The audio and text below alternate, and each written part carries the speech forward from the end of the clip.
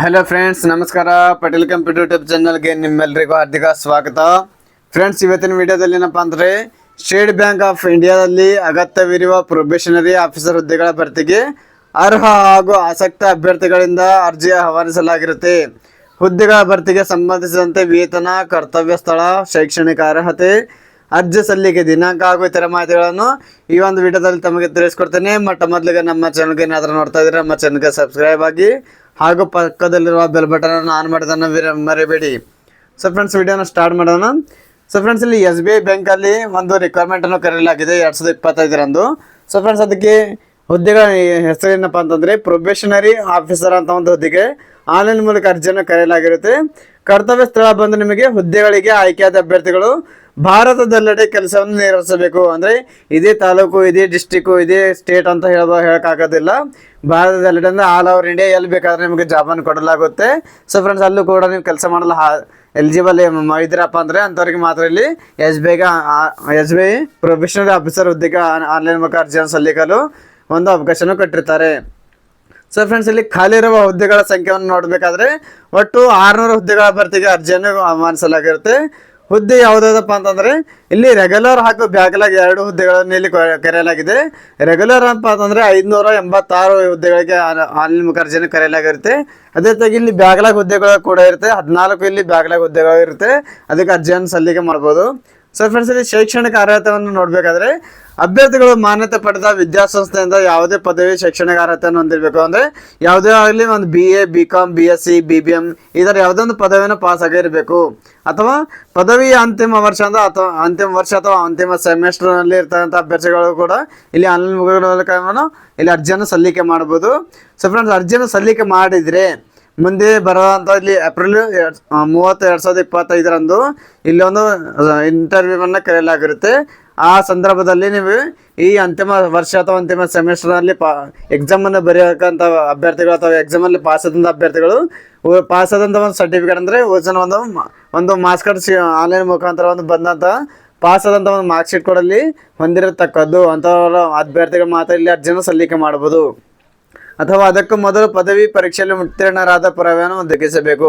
ಅಂದರೆ ಮುಂಚೆ ಏನಾದರೂ ಪಾಸ್ ಆಗಿದ್ರೆ ಅಂಥವ್ರಿಗೆ ಮಾರ್ಕ್ಸ್ ಕಾರ್ಡ್ ಏನಿರುತ್ತೆ ಆ ಮಾರ್ಕ್ಸ್ ಕಾರ್ಡನ್ನು ಅಲ್ಲಿ ಇಂಟರ್ವ್ಯೂ ಮೂಲಕ ಅಲ್ಲಿ ನೀವು ಸಬ್ಮಿಟ್ ಮಾಡಬೇಕಾಗುತ್ತೆ. ಸೊ ಫ್ರೆಂಡ್ಸ್, ಅದೇ ರೀತಿಯಾಗಿ ಇಲ್ಲಿ ನೋಡಬೇಕಾದ್ರೆ ಇಲ್ಲಿ ವಯೋಮಾನವನ್ನು ಕೊಟ್ಟಿರ್ತಾರೆ. ದಿನಾಂಕ 1 ಏಪ್ರಿಲ್ 2024ಕ್ಕೆ ಅಭ್ಯರ್ಥಿಗಳಿಗೆ ಕನಿಷ್ಠ ವರ್ಷ 21 ಪೂರೈಸಿರಬೇಕು. ಹಾಗೂ ಅದೇ ರೀತಿಯಾಗಿ 1/4/2024 ಅಭ್ಯರ್ಥಿಗಳಿಗೆ 30 ವರ್ಷ ವಯೋಮಾನವನ್ನು ಇಲ್ಲಿ ಅದಕ್ಕಿಂತ ಹೆಚ್ಚಾಗಿ ಹೊಂದಿರಬಾರದು. ಸೊ ಫ್ರೆಂಡ್ಸ್, ಅದೇ ರೀತಿಯಾಗಿ ಇಲ್ಲಿ ವಯೋಮಿತಿ ಸಡಿಲಿಕೆಯನ್ನು ಕೂಡ ಕಟ್ಟಿರ್ತಾರೆ. ಪರಿಶಿಷ್ಟ ಜಾತಿ, ಪರಿಶಿಷ್ಟ ಪಂಗಡದ ಅಭ್ಯರ್ಥಿಗಳಿಗೆ ಇಲ್ಲಿ 5 ವರ್ಷಗಳ ಕಾಲ ನಿಮಗೆ ಇಲ್ಲಿ ವಯೋಮಿತಿ ಸಡಿಲಿಕೆ ಕೊಟ್ಟಿರ್ತಾರೆ. OBC ಅಭ್ಯರ್ಥಿಗಳಿಗೆ ಇಲ್ಲಿ 3 ವರ್ಷಗಳ ವಯೋಮಿತಿ ಸಡಿಲಿಕೆ ಕೊಟ್ಟಿದ್ದಾರೆ. PWD ಅಂದರೆ ಇಲ್ಲಿ ಹ್ಯಾಂಡಿಕ್ಯಾಪ್ ಇದ್ದಂಥ ಅಭ್ಯರ್ಥಿಗಳಿಗೆ 10 ವರ್ಷಗಳ ಕಾಲ ಇಲ್ಲಿ ವಯೋಮಿತಿ ಸಡಿಲಿಕೆಯನ್ನು ಕೊಟ್ಟಿರ್ತಾರೆ. ಸೊ ಫ್ರೆಂಡ್ಸ್, ಇಲ್ಲಿ ವೇತನ ಶ್ರೇಣಿಯನ್ನು ನೋಡಬೇಕಾದ್ರೆ ಅಂದರೆ ಮಂತ್ಲಿ ನಿಮ್ಮ ಪೇಮೆಂಟ್ಸನ್ನು ನೋಡಬೇಕಾದ್ರೆ ಹುದ್ದೆಗಳಿಗೆ ಆಯ್ಕೆಯಾದ ಅಭ್ಯರ್ಥಿಗಳಿಗೆ ಮಾಸಿಕ 48,480 ರೂಪಾಯಿರಿಂದ 85,920 ರೂಪಾಯಿ ಈ ಒಂದು ವೇತನದಲ್ಲಿ ನಿಮಗೆ ಕೊಡಲಾಗುತ್ತೆ. ಸೊ ಫ್ರೆಂಡ್ಸ್, ಅದೇ ರೀತಿಯಾಗಿ ಇಲ್ಲಿ ಆಯ್ಕೆ ವಿಧಾನ ನೋಡಬೇಕಾದ್ರೆ ಮೊದಲನೇದಾಗಿ ಇಲ್ಲಿ ಪ್ರಿಲಿಮಿನರಿ ಎಕ್ಸಾಮನ್ನು ಬರೆಯಬೇಕಾಗುತ್ತೆ. ಈ ಒಂದು ಪ್ರಿಲಿಮಿನರಿ ಎಕ್ಸಾಮಲ್ಲಿ ಪಾಸ್ ಆದರೆ ಅಂಥ ಅಭ್ಯರ್ಥಿಗಳಿಗೆ ಮುಖ್ಯ ಪರೀಕ್ಷೆಯನ್ನು ಕರೆಯಲಾಗುತ್ತೆ. ಮುಖ್ಯ ಪರೀಕ್ಷೆಯಲ್ಲಿ ಪಾಸ್ ಆದ ನಂತರ ಸೈಕೋಮ್ಯಾಟ್ರಿಕ್ ಟೆಸ್ಟ್ ಅಂತ ಒಂದು ತೆಗೆದುಕೊಳ್ಳಲಾಗುತ್ತೆ. ಅದಾದ ನಂತರ ಗ್ರೂಪ್ ಎಕ್ಸರ್ಸೈಸ್ ಅಂತ ತೆಗೆದುಕೊಳ್ಳಲಾಗುತ್ತೆ.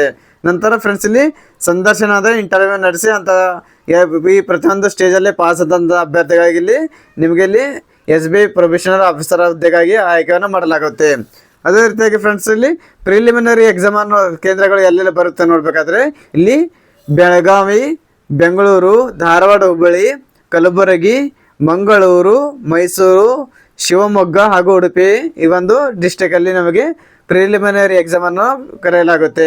ನಂತರ ಫ್ರೆಂಡ್ಸ್, ಇಲ್ಲಿ ಮುಖ್ಯ ಪರೀಕ್ಷೆ ಮೇನ್ ಪರೀಕ್ಷೆ ಏನು ಇರುತ್ತೆ ಅದೊಂದು ಬೆಂಗಳೂರಲ್ಲಿ ಮಾತ್ರ ಇಲ್ಲಿ ನಿಮ್ಮ ಎಕ್ಸಾಮನ್ನು ಬರೆಯಬೇಕಾಗುತ್ತೆ.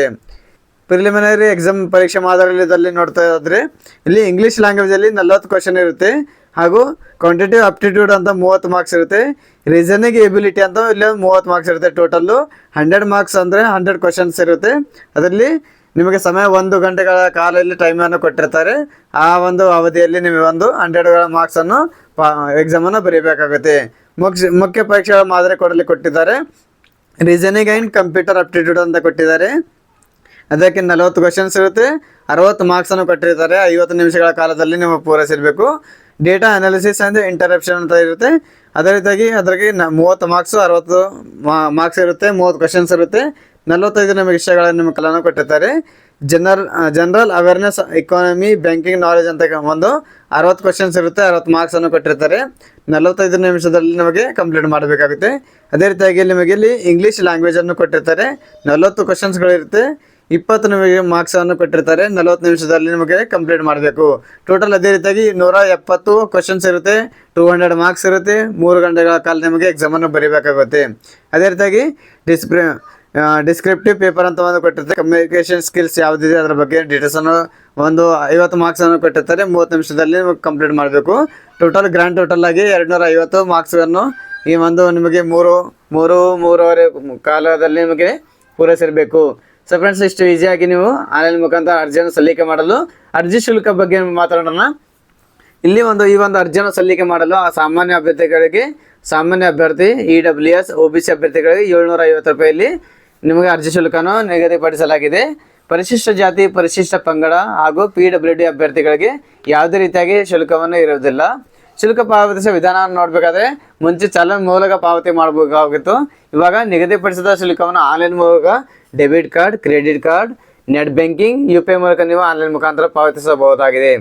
ಅರ್ಜಿಯನ್ನು ಸಲ್ಲಿಸಲು ನಿಗದಿಪಡಿಸಿದ ದಿನಾಂಕವನ್ನು ನೋಡಬೇಕಾದ್ರೆ ಅರ್ಜಿ ಸಲ್ಲಿಸಲು ಪ್ರಾರಂಭದ ದಿನಾಂಕ ಡಿಸೆಂಬರ್ 27, 2024 ಶುರು ಮಾಡಲಾಗಿದೆ. ಅದೇ ರೀತಿಯಾಗಿ ಇಲ್ಲಿ ಅರ್ಜಿ ಸಲ್ಲಿಸಲು ಕೊನೆಯ ದಿನಾಂಕ ಜನವರಿ 16, 2025 ಕೊನೆಯ ದಿನಾಂಕವಾಗಿರುತ್ತೆ. ಅದೇ ರೀತಿಯಾಗಿ ಪ್ರಿಲಿಮಿನರಿ ಪರೀಕ್ಷೆ ದಿನಾಂಕಗಳು ಇಲ್ಲಿ ಡಿಕ್ಲೇರ್ ಮಾಡಿದ್ದಾರೆ. ಮಾರ್ಚ್ 8 ಹಾಗೂ 15, 2025 ನಿಮಗೆ ಈ 2 ದಿನದಲ್ಲಿ ನಿಮಗೆ ಪ್ರಿಲಿಮಿನರಿ ಎಕ್ಸಾಮನ್ನು ತೆಗೆದುಕೊಳ್ಳಲಾಗಿದೆ. ಮುಖ್ಯ ಪರೀಕ್ಷೆ ದಿನಾಂಕ ಮೇ, ಜೂನ್ ಅಂತ ಕೊಟ್ಟಿದ್ದಾರೆ. ಯಾವುದೇ ದಿನಾಂಕವನ್ನು ಇಲ್ಲಿ ನಿಗದಿಪಡಿಸಲಾಗಿಲ್ಲ. ಸೊ ಫ್ರೆಂಡ್ಸ್, ಆನ್ಲೈನ್ ಮೂಲಕ ಅರ್ಜಿಯನ್ನು ಸಲ್ಲಿಕೆ ಮಾಡಲು ನಿಮಗೆ ಇಲ್ಲಿ ಡಿಸ್ಕ್ರಿಪ್ಷನ್ ಬಾಕ್ಸ್ ಲಿಂಕನ್ನು ಕೊಟ್ಟಿರ್ತೇನೆ, ಹಾಗೂ ಒಂದು ಅಧಿಸೂಚನೆ ಕೊಟ್ಟಿರ್ತಾರೆ. ಆ ಅಧಿಸೂಚನೆ ಲಿಂಕ್ ಕೂಡ ನಿಮಗೆ ಇಲ್ಲಿ ಡಿಸ್ಕ್ರಿಪ್ಷನ್ ಬಾಕ್ಸಲ್ಲಿ ಕೊಟ್ಟಿರ್ತೇನೆ. ಅಲ್ಲಿಂದ ಡೈರೆಕ್ಟ್ ಆಗಿ ನೀವು ಆನ್ಲೈನ್ ಮುಖಾಂತರ ಅರ್ಜಿಯನ್ನು ಸಲ್ಲಿಕೆ ಮಾಡಬಹುದು. ಸೊ ಫ್ರೆಂಡ್ಸ್, ನಮ್ಮ ಮಾಹಿತಿಯನ್ನು ಇಷ್ಟವಾದಲ್ಲಿ ನಮ್ಮ ವಿಡಿಯೋನ ಲೈಕ್ ಮಾಡ್ಕೊಳ್ಳಿ, ಫ್ರೆಂಡ್ಸ್ ಜೊತೆಗೆ ಶೇರ್ ಮಾಡಿ. ನಾನು ಮತ್ತೆ ಭೇಟಿ ಆಗುತ್ತೇನೆ ಮುಂದಿನ ವಿಡಿಯೋ ಜೊತೆಗೆ. ಅಲ್ಲಿವರೆಗೂ ನಮಸ್ಕಾರ, ಧನ್ಯವಾದಗಳು, ಶುಭ ದಿನ.